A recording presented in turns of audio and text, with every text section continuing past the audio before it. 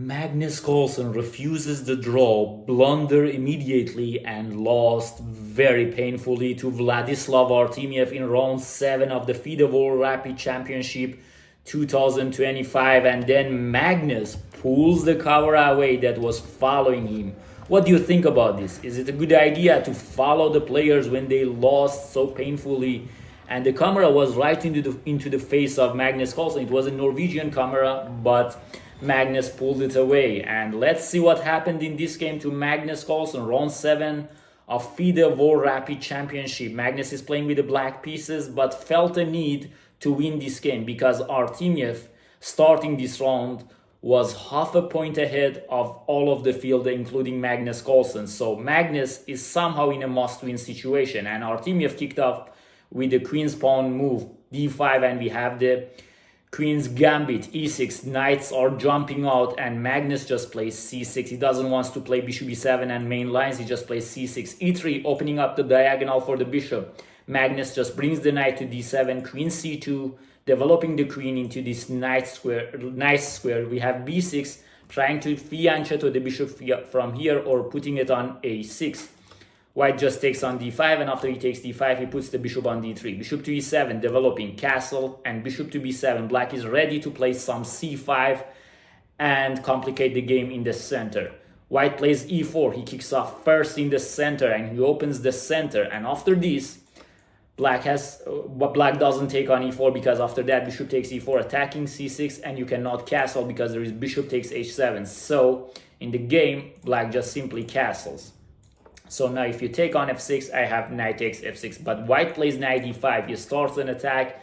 Now there is knight d7, knight f6 ideas. h7 is hanging, c6 is hanging. So Black is in some trouble. He takes, and now knight takes e4, bishop takes e4, attacking h6 and attacking c6. But Magnus says, you know what, you cannot take on c6, and I just play h6. White is better in this position. He can play queen e2, he can play bishop d2. Artemiev is a very nice guy. He's a very nice gentleman. He always approaches his opponents in a very nice way, and in this he's also thinking so much. He's an overthinker. He's a perfectionist in chess, and he just now here thinks a lot. Magnus has 11 minutes and Artemiev just 2 minutes, and he says, you know what, Magnus Carlsen, let's just go for a draw in this game. And he finds a draw with move repetition. He just plays pawn to e6, and he knows that Magnus hates draws. After e6, White has a very nice line in his head. So the most common move here is f takes e6. Now Artemiev wants to take on h6. And after this, Black king is so much weak, so he needs to take it. Now the king is very weak. So after you take it, now White takes on c6, attacking this bishop on b7. You need to take it, and then we have queen g6 check, and then we have this perpetual check. Artemiev planned like this. So after f takes c6, we have bishop takes h6, draw, let's go home, Magnus Carlsen. But Carlsen says, you know what, I just wants to play. And here where he blunders in this position. He could have continued with queen e8, and after e7, queen f7. Okay, the position is not so nice, but Artemiev is low on clock, so he might be able to win the game. But Carlsen just plays queen to c7. He just plays queen to c7 in this position, which is a blunder, and he immediately find out the blunder. After e takes f7, Magnus was just shaking his head. He just thought that, okay, I made a blunder, because now after rook f7, of course, Artemiev will see bishop to d5. And this is the main reason that Carlsen lost this game, because now this rook is pinned, and the queen also pinned this pawn, so you cannot take it. And this is exactly happened because Magnus played queen c7. And now bishop d5 is possible, and now White is getting to hunt the black king. He plays rook f8, hoping, okay, bishop f7, rook f7, I will just continue. But Artemiev says, you know what, let me sacrifice my bishop on h6. This brilliant idea. And now if you take back, we have queen g6, and then bishop takes f7. It's completely winning, and you need to resign. So Magnus didn't take it. He played bishop to d6, attacking this h2 pawn, and if White is not careful, then c takes d5 also possible. But White just takes, and now queen to g6. Artemiev just says, you can just take it. Bishop takes h2, king h1, and now Black has 5 minutes, or near to 6 minutes, and Artemiev has only 24 seconds. But those one of you that knows this guy, that know that Artemiev is very good when he's low on the clock. It's his habit. Like, he's always very low on the clock, like Sasha Grishuk, like Alireza Firouzja and others, that they are spending a lot of time and they are playing perfectly in time scrambles.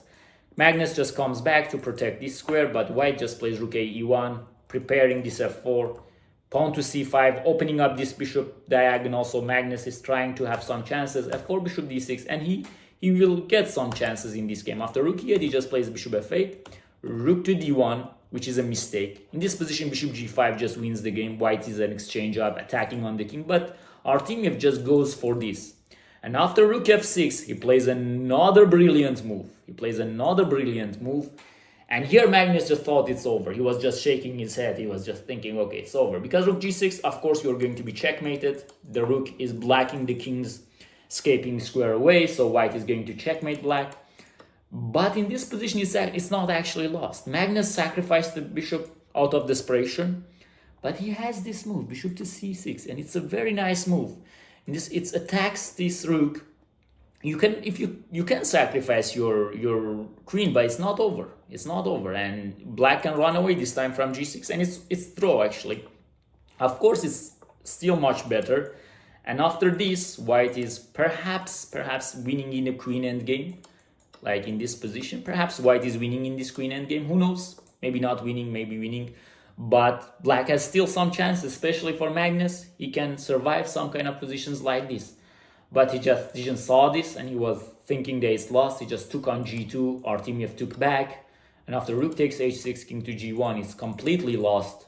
And now Carlsen didn't even continue because there is rook takes f8, and he was shocked and he was very, very angry, of course, with himself, and he was frustrated. And the cameraman was just following him right into his face, and Carlsen says, enough, I don't want this, and he just pulls the camera away. Of course, Carlsen is dealing with losses very painfully, very hardly. We remember his loss against Gukesh Domarajo. We remember his loss in even the previous years against Sasha Grishuk in this tournament, against others. Most of the time, he will see it very personal. And he said it also in one of his interviews. He said that people are okay with losing in chess, but I'm not. And he shows it over on the board, and when he loses, he's a very honest person, and he is always taking it very seriously, and especially times that he played good, like this game, and he just missed something very, very simple. Let's just review the game once again to see what happened in this game. Artemiev was attacking, and then with this h6, of course, if he wanted to continue just bishop f4 rook d1, everyone knows that white is a little bit better, but he just tried to kill the game with e6, and Magnus says, let's play on. I like this spirit about Magnus, but he just blunders in this position. Like, queen e8 was good. F takes e6 is objectively the best, but Magnus clearly rejected it because of this line. And when you see something very easy, very complicated like this, you will blunder something very easy like this, and Magnus was just shaking his head, and Artemiev played a very good game. He gave Magnus some chances, but here Magnus just thought that he's lost, and then this is what happened.